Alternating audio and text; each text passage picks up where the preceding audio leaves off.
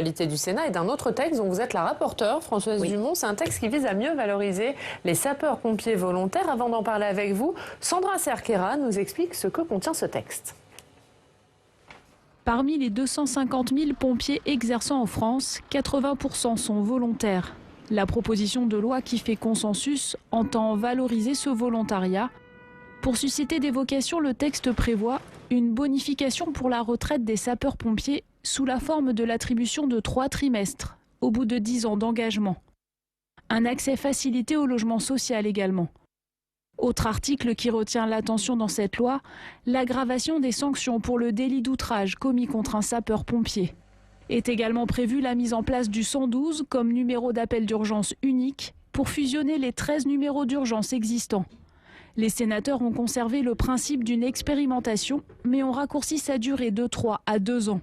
Le Sénat a voulu élargir cette question-là en réfléchissant sur les plateformes communes pour que les médecins du SAMU et les régulateurs du SAMU qui font la régulation médicale et les sapeurs-pompiers puissent être sur des lieux communs, travailler ensemble, et puis surtout la question des outils informatiques qui permettent de gérer l'appel d'urgence quand cet appel arrive sur ces plateformes communes. Si les pompiers défendent cette transition vers un numéro unique, les soignants, eux, s'y opposent. Ils y voient un risque de dégradation des soins et défendent le maintien de 2 numéros, l'un pour la santé, l'autre pour la sécurité. Françoise Dumont, c'est un texte qui est quand même assez consensuel, hein, même si on l'a vu il y a quelques débats. Vous avez voulu faire des modifications, on en a parlé. Pourquoi? Qu'est-ce qui n'allait pas selon vous dans ce texte?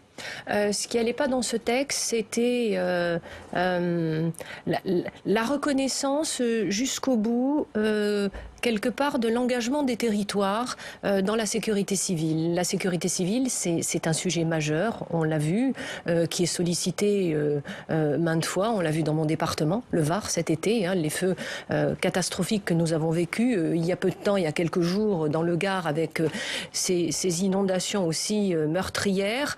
Un sujet important sur lequel nous avons voulu apporter des précisions, c'est notamment ce qu'on appelle les carences ambulancières, c'est-à-dire que c'est le moment où les sapeurs-pompiers, les ambulances des sapeurs-pompiers interviennent pour le compte du SAMU, à la demande du SAMU.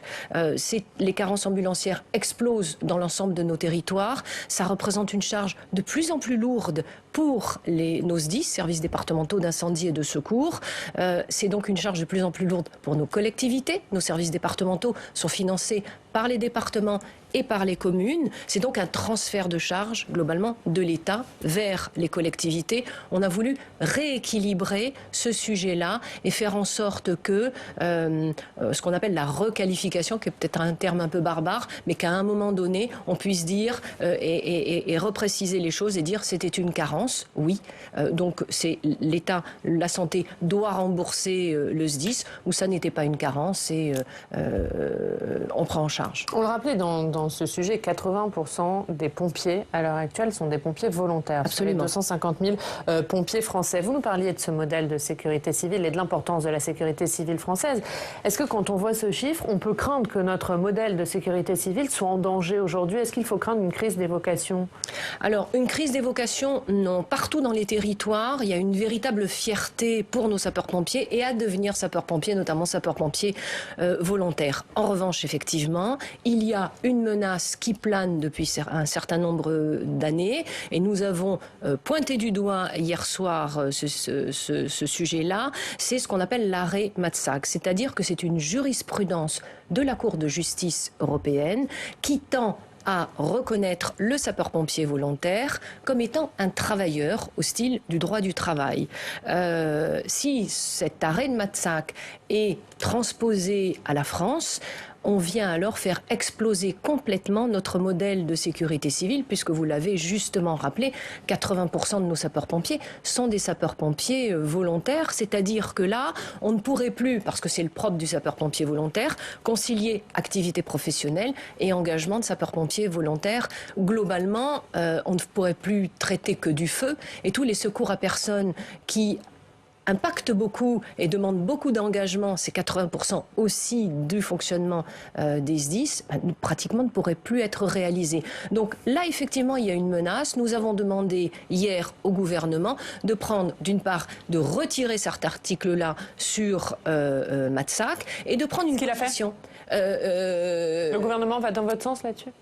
Il se prononcera aujourd'hui puisque c'est un texte qu'on n'a pas, enfin un article qu'on n'a pas encore examiné, mais globalement, et qu'on puisse se prononcer véritablement sur ce qu'on veut et sur la protection de notre modèle de sécurité civile français. Et vous le disiez, poursuite donc aujourd'hui.